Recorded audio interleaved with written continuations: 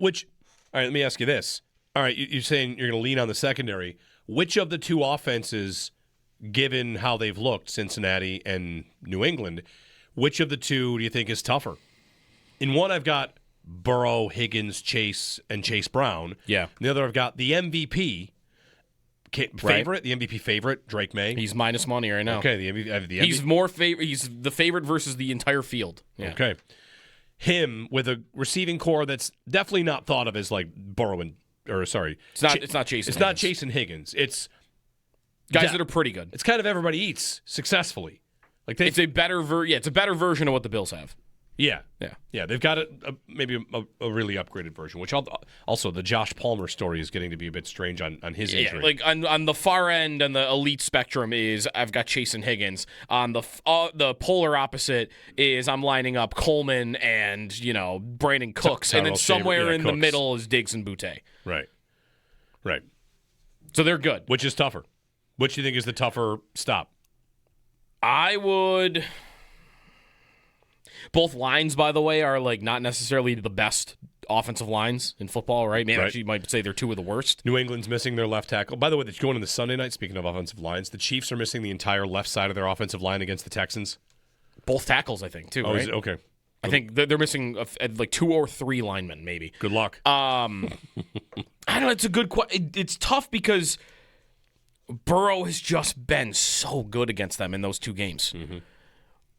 I feel like I got to give it to the Bengals because when they're all healthy together, like I wonder what their record is when they're all healthy the last couple of years. The Bengals have become this team that like they're going to miss the playoffs this year. They missed the playoffs last year. They stumble out of the gates in the opening, right? Like they're gaining this reputation as, it's just 3 guys and that's not enough to win football games.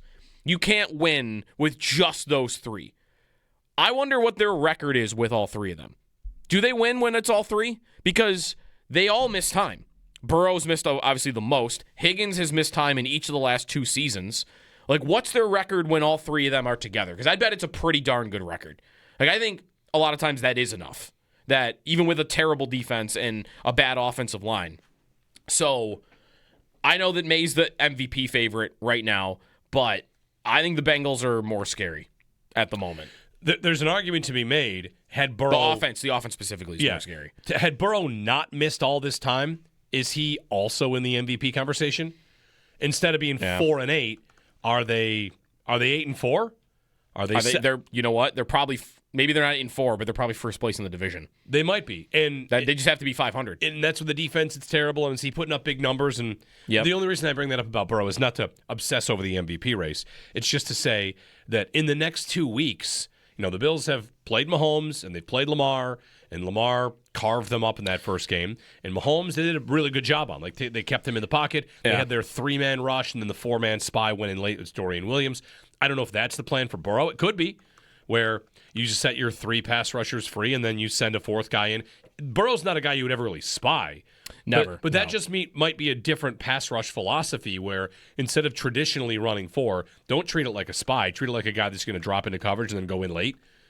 But it's possible these next 2 weeks could be 2 games against like the NFL MVP caliber quarterbacks in the way that they've played. Burrow, we just don't know. He missed so much time. 803-0550.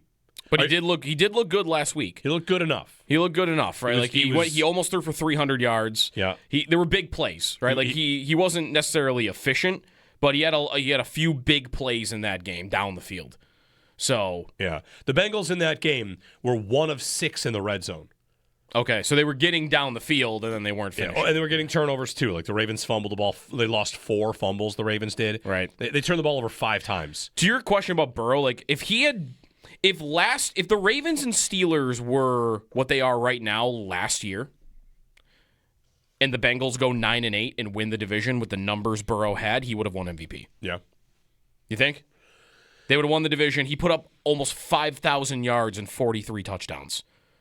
Led the league in both categories. And was the only reason that they were anywhere near the playoffs. It is also a spot where his record in December is very good, and so is the Bills. Yeah, right. Allen made a comment yesterday that kind of resonated with me. He talked about how, like, this time of year, you want the pressure. You know, our guys love playing this time of year. And this team has played a million games with this coach and this quarterback and a lot of the core pieces here. And you don't want them to ever, you know, you'd never say, they're kind of going through the motions in October or September. But it's probably not a coincidence that every year, this time of year, what do? They kind of strap on their helmets and start kicking butt. They start winning games. The record in December is tremendous, right? For the drought Bills, it used to always be like, oh, home field advantage in Buffalo, right? That's when it's our time. And their record at home in December was not good at all because they were not a good team. It was just kind of going to come and go, the wins, as how good the team is. Now you've got a good team, and when they play in December, and especially when they play at home in December, they've been very good. They don't lose these games. Like I feel like they're going to beat Cincinnati. I think they'll be fine. Burrow will probably get his, but the Bills will probably, I don't know, score on what? Most of their drives? Would you be shocked to find out? I'd love them to score on every drive against this team. If the Cincinnati defense is this bad, yeah, you'd like them to score on every drive. Every drive is probably asking a lot, like a perfect game, but I think they'll be fine. I think they will win this game. And maybe I should be a little bit more nervous about it, but and if Burrow had been around the entire season, I might feel different about it. And that's kind of why I am a bit nervous about this game. Is I'm treating him as though he's back. Like he's winning a lot of games when he is starting. The last 2 years, he doesn't really play a lot of games where he doesn't put up the points, right? Like, other than your week 1 games, like, he's often scoring. And the Bills, I don't know that they like that type of game. That's the other thing is, do they like a game where, okay, this defense is putrid, but the pressure on us is basically to score on every drive? Because the guy on the other side is going to be a threat right to the very end. So, yes, it's a bad defense and we like our matchup, but I can't suffer 3 turnovers like the Ravens did. I can't punt the ball away 2 times. This like is, the bar against the Bengals for your offense is higher. It's easier for you, but you got to score on basically every drive. This sounds like what we talked about, or at least what I said to you after Tampa, which was I think the existence of Baker brought out a better version of Josh. And yeah, is that why Josh is always so good in the playoffs? Because the stakes go up and he kind of locks in a different way. So if it's Burrow this week and maybe next week against Drake May, again, I'm not trying to say that Allen sleeps through any of these games or doesn't take opponents seriously, but when someone on the other side, he knows they're going to probably score points because that guy's good and he's one of the best in the league.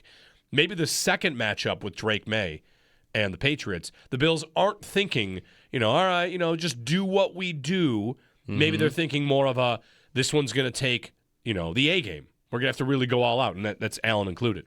So Burrow and then May. I mean, between Burrow, Allen, and then May, Allen, these are 2 premier matchups, and coming at a heck of a time of year.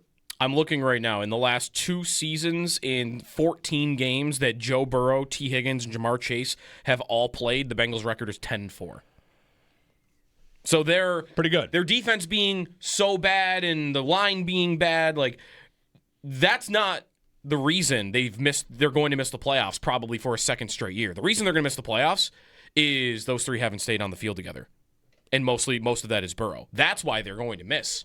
They would probably be getting in both of these years with their terrible defense and with their terrible offensive line. And you might say, like, well, that's a consequence, right? Like, you build your whole thing around the availability of 3 people, then, like, you suffer an injury, it's going to hurt more than any other team.